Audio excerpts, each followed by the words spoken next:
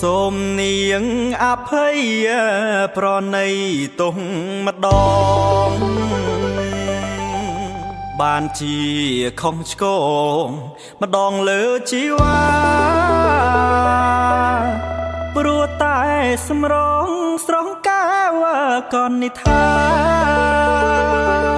ឲ្យរៀមប្រាថ្នាមិនមកមិនបានសូមនាងថយចេញអើយសូមនាងថយចេញអើយបើចង់សុខជ្រាបដល់លោកឪពុកហើងអើយមុខស្អីប្រានបំណាច់បានជួបអើយបំណាច់បានជួបហើយនឹងក៏លៀនទុំបីខ្សែប្រានហើយអើយក៏មិនស្ដាយសូមផ្ញើជីវិតអើយសូមផ្ញើជីវិតហើយនឹង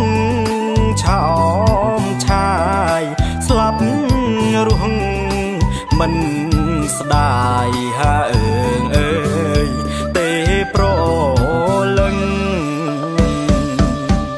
ខ្ញុំមិនដែលឃើញអើយខ្ញុំមិនដែលឃើញអើយមនុស្សរបៀបនឹងនៅតែមុខរឹង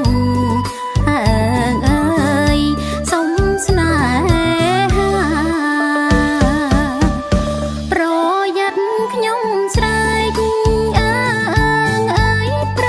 យ័ត្នខ្ញុំស្រែកអើយប្រាប់មកគេថាចូលចិត្តមកហាអើយចូលចាំស្រី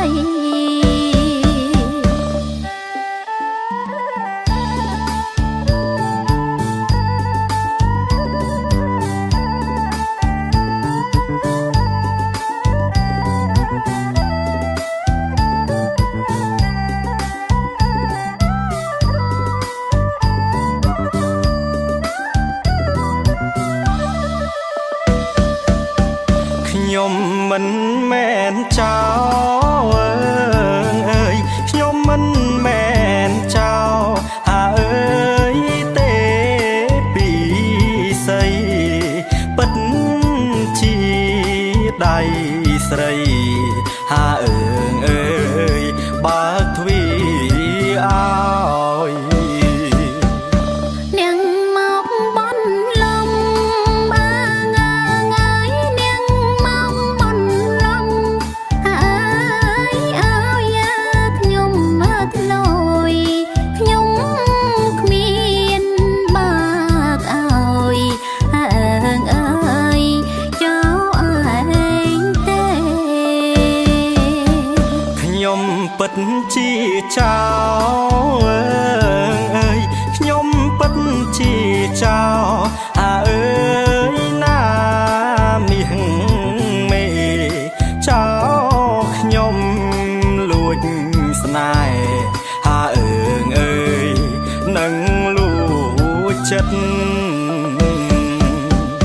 គួរតែនាងយល់